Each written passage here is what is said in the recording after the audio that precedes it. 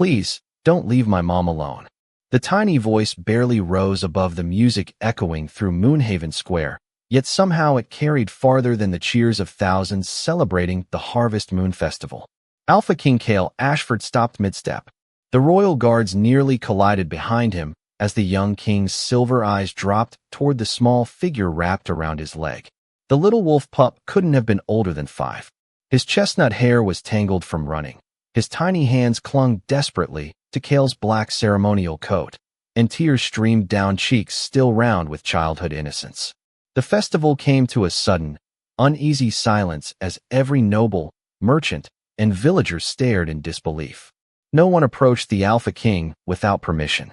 No one interrupted the ruler of the Northern Territories during the sacred procession. Yet this frightened child held on as though letting go meant losing everything. Kale did not move. He simply looked down at the trembling boy, whose bright blue eyes reflected a fear no child should ever carry. They hurt my mom. The little pup whispered again, struggling to catch his breath. Please, she needs someone. Around them, whispers spread through the crowd like wind through autumn leaves. Advisors exchanged uncertain glances. A captain of the royal guard stepped forward, lowering his voice. Your Majesty, allow us to handle this. Kale lifted one finger without looking away from the child. The captain immediately fell silent. The king slowly lowered himself until he was kneeling at eye level with the little boy. The movement alone sent another ripple through the square. Few had ever seen the Alpha King kneel for anyone. Kale studied the child's face. There was dirt on his sleeves, tiny scratches on his hands from pushing through crowded streets, and the unmistakable scent of panic clinging to him stronger than the crisp fall air. Yet beneath the fear lingered something else. Kindness. Trust. The child had crossed an entire city searching for help because, somehow, he believed the king would listen. Kale's voice remained calm, almost gentle. What's your name? The little pup swallowed hard. Ethan. Can you take me to your mother, Ethan? The boy nodded so quickly fresh tears escaped his eyes. I know the way. Before anyone else could speak, Ethan reached for the king's hand with complete innocence. Kale looked down at the tiny fingers wrapped around his own. He had commanded armies. He had negotiated peace between rival packs. He had stood before thousands without fear. Yet nothing had ever felt as unexpectedly heavy as the trust inside one frightened child's grasp. Without another word, Kale rose to his feet beside Ethan. Gasps swept through the crowd as the king stepped away from the grand marble staircase leading toward the palace and instead followed the little pup toward the narrow streets behind the marketplace. Confused nobles hurried after him, while merchants abandoned their booths to watch the unbelievable sight unfold. No royal carriage followed. No banners led the way. Only a king walking beside a crying child whose footsteps never slowed. As Ethan guided him deeper into the oldest part of Moonhaven, Kale noticed something strange. Every turn the boy made awakened an uneasy feeling buried somewhere in the back of his memory, as though fate itself had quietly begun leading him toward a promise he had forgotten years ago. Ethan did not slow down, even when the smooth stone streets gave way to uneven alleys where festival lanterns barely reached. His tiny hand remained firmly wrapped around Kale's larger one, as though he feared the king might disappear if he let go for even a second. The celebration behind them faded into distant laughter and music until only hurried footsteps echoed through the quiet neighborhood. Royal guards followed several yards behind, uncertain whether to intervene or remain invisible. Kale preferred the silence. Every frightened glance, peeking from half-open windows, reminded him that this part of Moonhaven rarely welcomed royal visitors. Weathered cottages leaned against one another, as if sharing years of hardship. Flower boxes overflowed with herbs instead of colorful blossoms, and patched roofs told stories of families who repaired what they could rather than replacing what they had lost. Ethan finally stopped in front of a small cottage tucked beside an aging maple tree whose golden leaves drifted gently across the narrow path. The front gate hung crooked on rusted hinges. A basket of freshly gathered medicinal plants rested beside the porch, forgotten where someone had left it in haste. Ethan looked up, breathing hard. She is inside. Kale noticed the hesitation in the boy's voice. It was not fear for himself. It was fear of what he might find waiting beyond the door. Without another word, Ethan pushed the wooden door open. The room smelled of lavender, chamomile, and dried cedar instead of expensive perfumes or polished marble. Shelves lined every wall, filled with carefully labeled jars of herbs, simple remedies, folded cloth, and well-worn medical books whose pages had clearly been turned countless times. Near the fireplace sat 3 elderly villagers sipping warm tea. A young mother rocked a sleeping infant while quietly thanking an older neighbor. Everyone turned the moment the king entered. Shock swept across every face. No one expected the Alpha King to step inside the smallest healing cottage in the district. Then Kale saw her. She knelt beside an elderly man seated in a wooden chair, gently wrapping his wrist with fresh linen. Her movements were calm, practiced, and remarkably gentle. Soft chestnut hair escaped from a loose braid resting over one shoulder. A simple cream-colored dress, covered by a faded blue apron, carried the faint stains of crushed herbs gathered throughout the morning. She looked up only after finishing the bandage, offering the old man a reassuring smile before her eyes finally met Kale's. Time seemed to pause. Clara Bennett rose slowly, surprise crossing her delicate features before she lowered her gaze respectfully. "Your Majesty," she said quietly. Her voice carried neither panic nor excitement, only quiet dignity. Ethan rushed across the room and wrapped both arms around her waist. "Mom." Clara immediately knelt to his height, brushing a strand of hair from his forehead. "You scared me," she whispered, checking his face with gentle hands. "I told you to stay close while I finished helping Mr. Holloway." Ethan buried his face against her shoulder. "I went to find someone who could help you." Clara smiled softly despite her confusion. "Help me." She looked back toward Kale, clearly puzzled by the unexpected visit. Before anyone spoke again, Kale's attention drifted across the room. Every patient waiting there wore the same grateful expression whenever they looked toward Clara. Worn boots rested beside polished shoes without distinction. Rich or poor, old or young, each person had been welcomed equally. It was the kind of place built not by wealth, but by compassion. Kale found himself studying Clara once more, and with every passing second that strange familiarity returned stronger than before, like the faint memory of a voice carried through years he could almost remember but could not yet name. The quiet warmth inside the cottage changed the moment hurried footsteps approached from outside. The front door swung open, and 3 well-dressed visitors entered without waiting for an invitation. Their expensive cloaks carried the embroidered crest of the prosperous Silverbrook district, and their polished boots contrasted sharply with the worn wooden floor beneath them. The oldest among them glanced around the modest room before his eyes settled on Clara.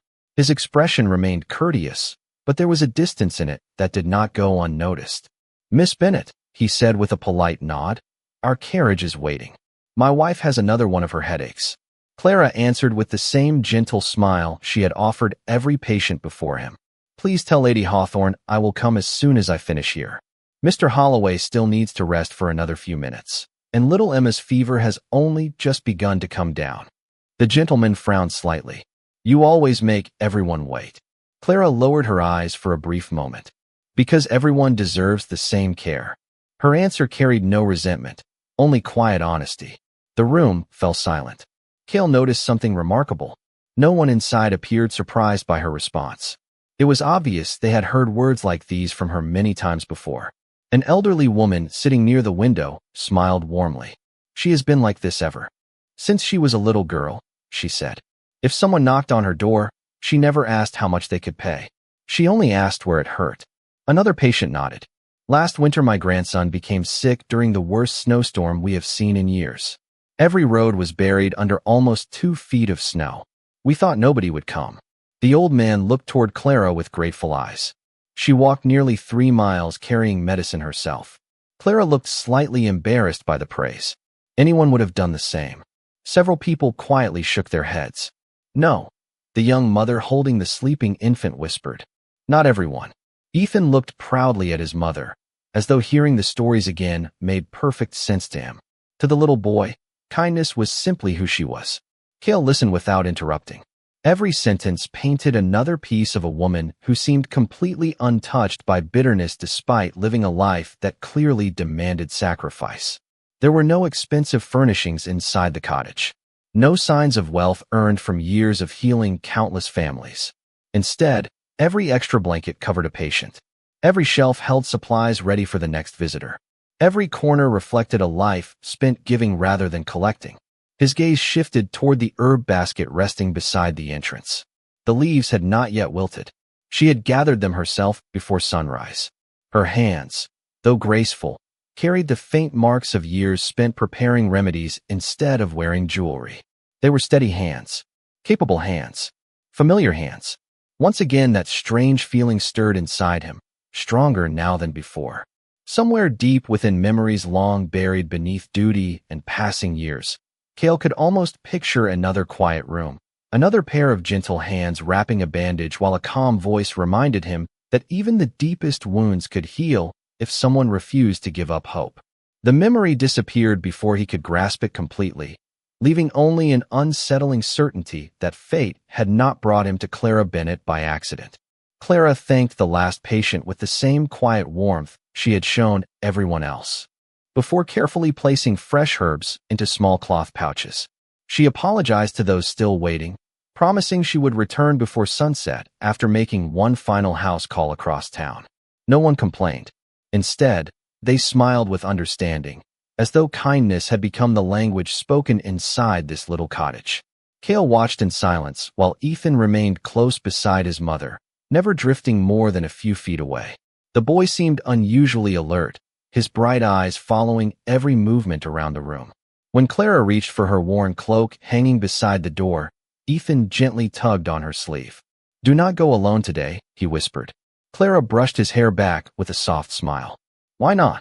Ethan looked toward the floor before answering. "Because some people were angry this morning." A faint shadow crossed Clara's face, disappearing almost as quickly as it came. "Not everyone understands difficult news," she replied gently. "That does not mean we stop helping them." Cale noticed the exchange immediately.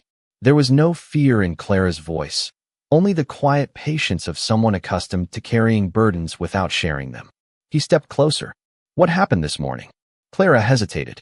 Before she could answer, the elderly woman by the window spoke first.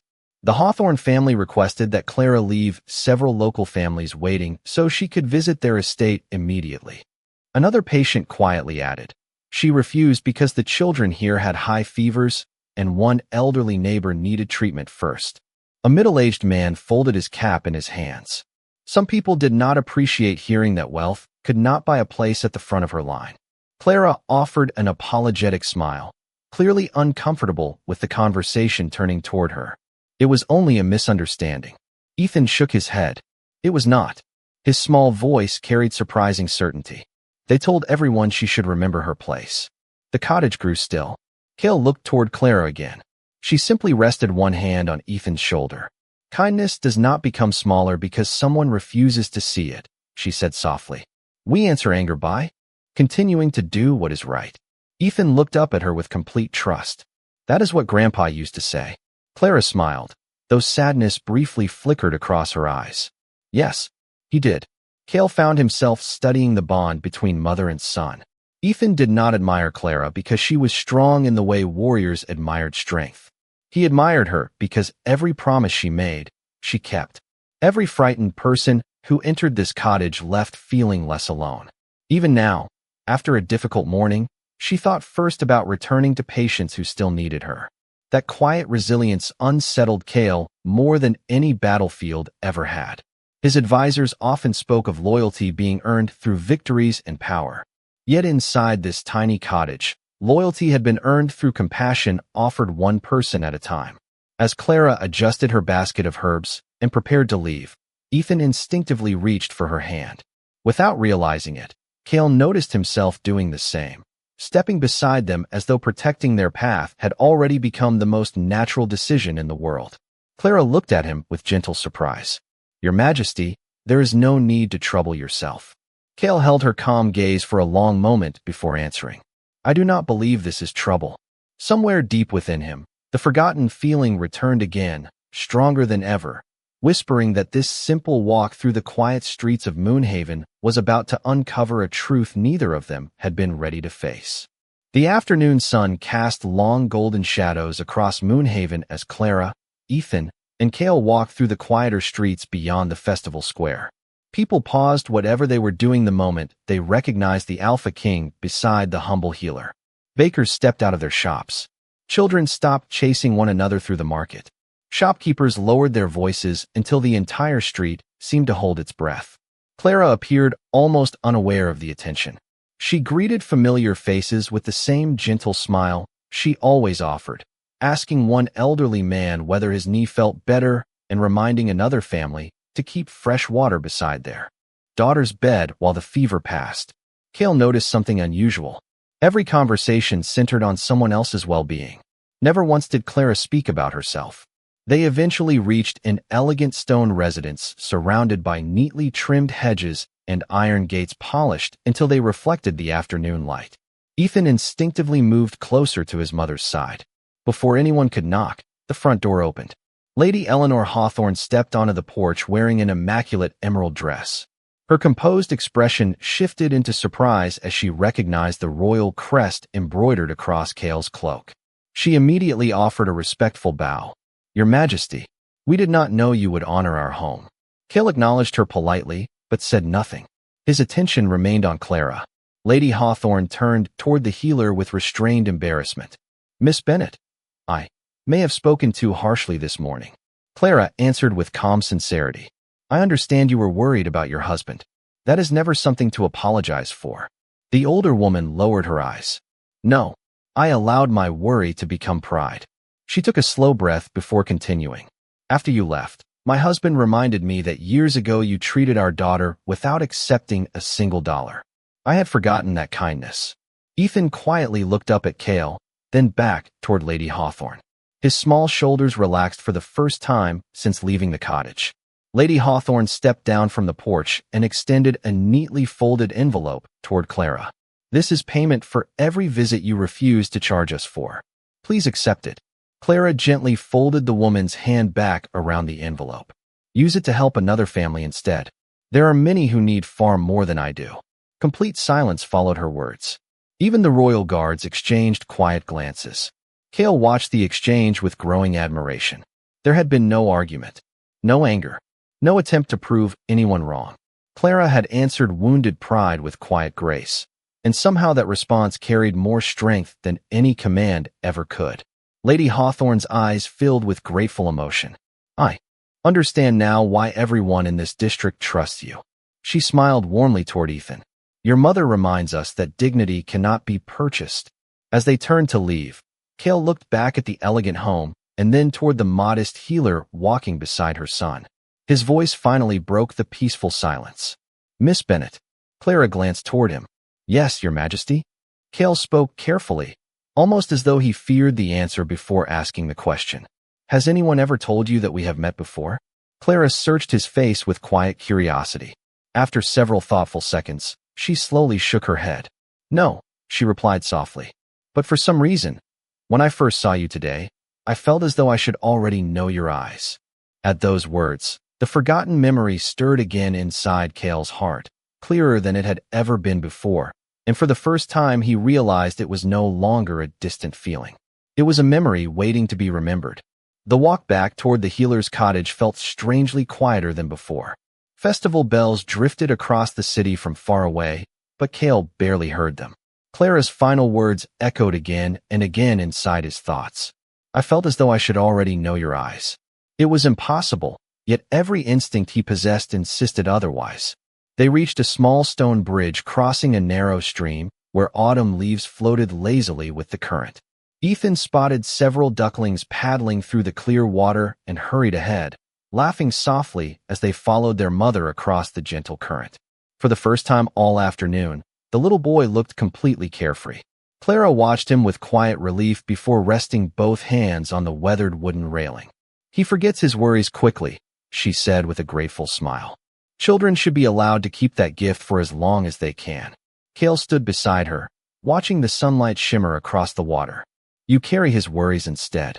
Clara gave a small laugh that held more kindness than sadness. "That is part of being a parent." Her answer stirred something deep within him. Without warning, a forgotten memory surfaced. Rain poured from a dark sky. A lonely cabin stood hidden among towering pine trees. A younger version of himself sat quietly near a small fire, exhausted after days of traveling alone under a false identity to understand life beyond palace walls. His shoulder had been injured after helping frightened travelers escape a fallen bridge. He remembered refusing assistance until someone quietly entered carrying warm tea and a basket of fresh herbs. He had expected questions. Instead, the young healer had smiled gently and said, "You do not have to explain your pain before someone chooses to care." Kale blinked as the memory disappeared almost as quickly as it had arrived. He turned toward Clara. "Have you always lived in Moonhaven?" Clara looked thoughtfully toward the stream. "No. Years ago, my father and I traveled through many villages. He believed healing belonged wherever people needed hope the most." She smiled at the memory. "We stayed in a small cabin outside the city one rainy autumn while repairing an old bridge nearby." Kale's breath caught. The bridge, the rain, the cabin. Every detail matched the image buried inside his memory. Clara continued without noticing the change in his expression. One evening, a traveler arrived just before sunset. He claimed he had simply slipped on wet rocks. She smiled knowingly. It was obvious he had been protecting someone else and did not want any praise for it. Kale stared at her in complete silence. Clara laughed softly. He was stubborn. He insisted he could leave the next morning, even though his shoulder was clearly strained. My father finally convinced him to stay until the rain stopped. Another piece returned. He remembered the warmth of herbal tea, the scent of cedar burning in the fireplace, a young woman replacing damp bandages with steady hands while speaking about ordinary things instead of his injury. She had never asked his name. She had never cared about his title because she had never known it. Kale looked at Clara as though seeing her for the very first time. "You truly do not remember that traveler?" Clara searched her memories before slowly shaking her head. "We helped so many people back then. Faces faded over the years, but I always hoped each of them found their way home." Kale lowered his eyes, overwhelmed by the quiet truth settling into his heart. Years ago, before anyone had called him a legendary king, before songs were written about his victories, one ordinary healer had cared for a wounded stranger expecting absolutely nothing in return. She had forgotten the meeting entirely. He never truly had. He had only forgotten that the stranger she saved was himself. Evening settled gently over Moonhaven as the last rays of sunlight painted the rooftops with soft shades of gold and amber. Clara's cottage welcomed another small group of neighbors seeking simple remedies before nightfall, and as always, she greeted each visitor with the same quiet patience that never seemed to run dry. Kale remained near the doorway, watching rather than speaking. For the first time in years, the Alpha King felt no urgency to return to the palace. Every moment spent inside this modest home revealed another truth about the woman he had unknowingly carried in his memories for so long. Ethan busied himself arranging clean jars on a wooden shelf, proudly helping his mother exactly as he had countless times before. Occasionally, he glanced toward Kale with curious blue eyes, as though trying to decide whether kings always stood so quietly. When the final patient finally departed, the cottage became wonderfully still. A kettle hummed softly above the fire while autumn wind whispered through the maple branches outside. Clara poured 3 cups of warm herbal tea before offering one to Kale. "Thank you for staying," she said gently. "Most people with important responsibilities would have returned to the palace hours ago." Kale accepted the cup without taking his eyes off her. "Today reminded me that responsibility is not measured only inside palace walls." Clara smiled, though she looked slightly puzzled by his answer.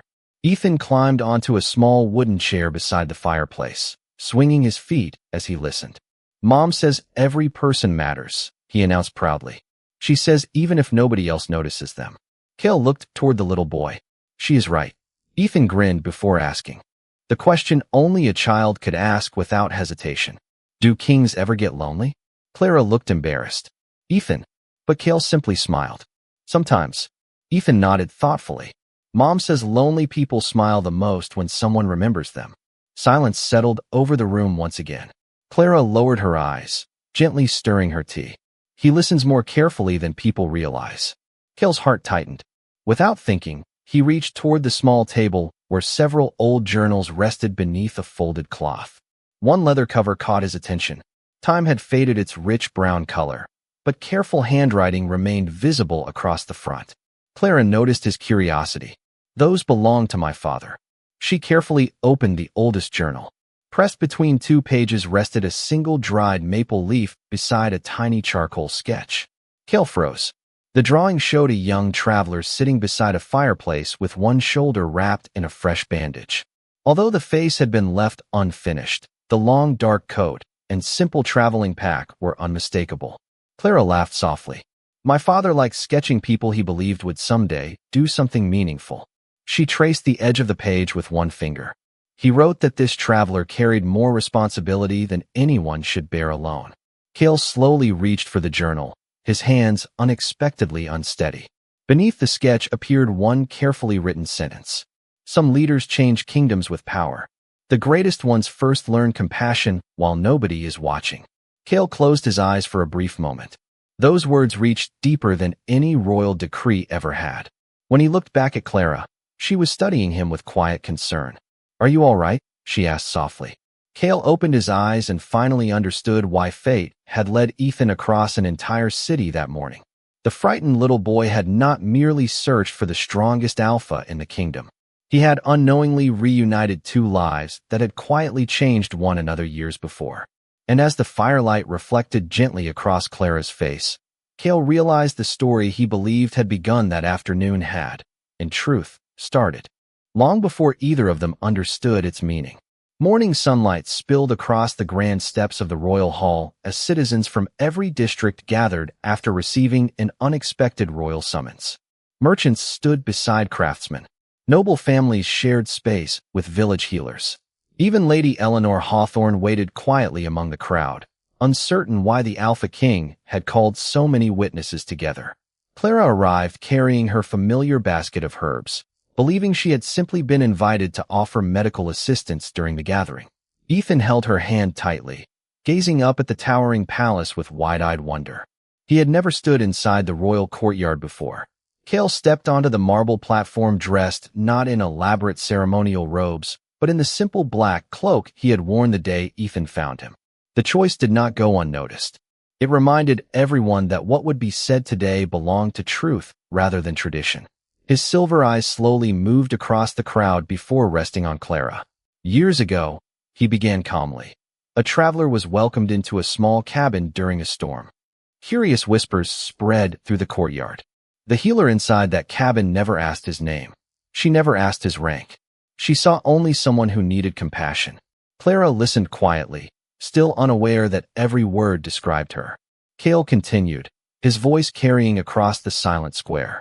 That traveler returned home carrying more than healed wounds.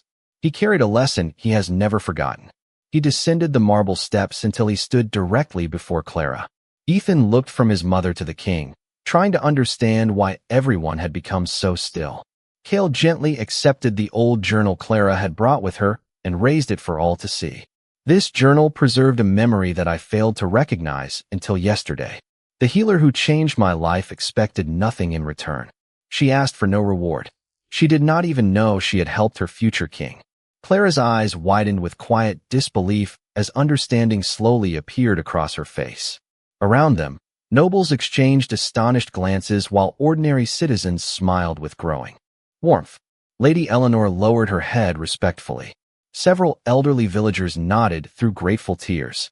They had always known Clara's worth. Now the entire kingdom would know it as well. Cale turned toward the assembled crowd. Too often we celebrate power that can be seen, while overlooking kindness that quietly holds communities together. That mistake ends today. A royal steward stepped forward carrying an elegant wooden chest. Inside rested an official seal bearing the crest of the Northern Territories together with a parchment tied in silver ribbon. Cale accepted both before offering them to Clara. By royal decree, Clara Bennett is appointed royal healer of Moonhaven. Every clinic under the crown will receive support so no family is denied care because of circumstance. Complete silence filled the courtyard before joyful applause rose from every corner.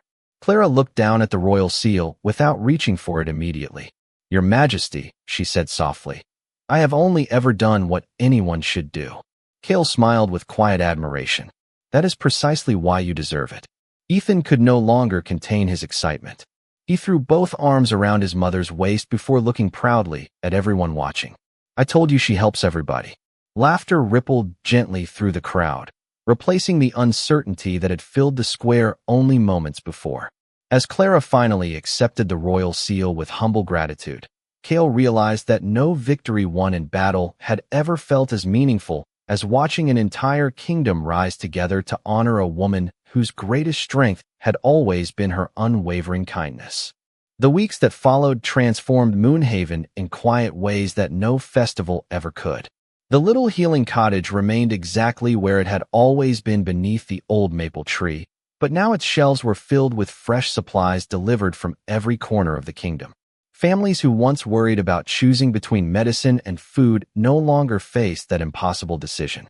Young healers arrived each morning to learn from Clara, not because she carried a royal title, but because they had heard stories about the woman who treated every stranger like family. She taught them the same lesson her father had once taught her. A healer should never ask who deserves compassion. Compassion is what reminds people they already do. Ethan loved every moment of the busy days. He greeted visitors at the front gate with cheerful smiles, proudly carried small baskets of herbs, and memorized the names of every elderly neighbor who stopped by for tea after their appointments. Whenever someone thanked Clara for changing their lives, Ethan simply smiled as though the answer had always been obvious. One crisp autumn afternoon, Cale returned without royal fanfare. No guards marched ahead of him. No trumpets announced his arrival. He carried only a small wooden box tucked beneath one arm. Ethan spotted him first and raced across the yard. "You came back." Cale laughed softly. "I said I would." The little boy nodded with complete confidence. "Mom says people who keep their promises are easy to trust." Clara stepped onto the porch, brushing a few loose strands of chestnut hair behind her ear. The afternoon breeze carried the familiar scent of cedar and dried lavender through the air. For a quiet moment, none of them spoke. Words suddenly seemed unnecessary. Cale opened the wooden box and carefully removed the old traveling cloak he had worn years earlier during the storm that had first brought him to Clara's father's cabin. Time had faded its color, but one careful stitch remained visible along the shoulder where it had once been repaired. Clara smiled with surprised recognition. "I remember sewing that." Cale looked at her warmly. "You remembered after all." She laughed softly. "Not the traveler. Only the cloak." Cale gently folded it again before placing it back inside the box. Sometimes kindness leaves a mark long before names are remembered. Ethan looked from one to the other before slipping his small hands into both of theirs at the same time. "I think you were always supposed to find each other again," he said with the simple certainty only a child could possess. Clara and Cale exchanged quiet smiles, neither trying to explain what destiny had quietly woven through the years. Above them, golden leaves drifted from the old maple tree, dancing gently across the yard exactly as they had on the day everything changed. People passing along the nearby road slowed only long enough to smile at the peaceful scene before continuing on their way. They no longer saw a powerful king standing beside a humble healer. They saw neighbors, friends, two people who had discovered that true strength was never measured by titles, wealth, or applause. It was measured by the quiet choices made when no one expected anything in return. As the afternoon sunlight settled over the little cottage, Ethan squeezed both of their hands and looked toward the bright blue sky with an expression filled only with hope. Years from now, many would remember the wise Alpha King who ruled with fairness and the gifted healer whose compassion touched an entire kingdom. But those who truly understood the story would remember something even greater. Everything had changed because one frightened little pup believed kindness was worth running toward, and one king chose to stop and listen.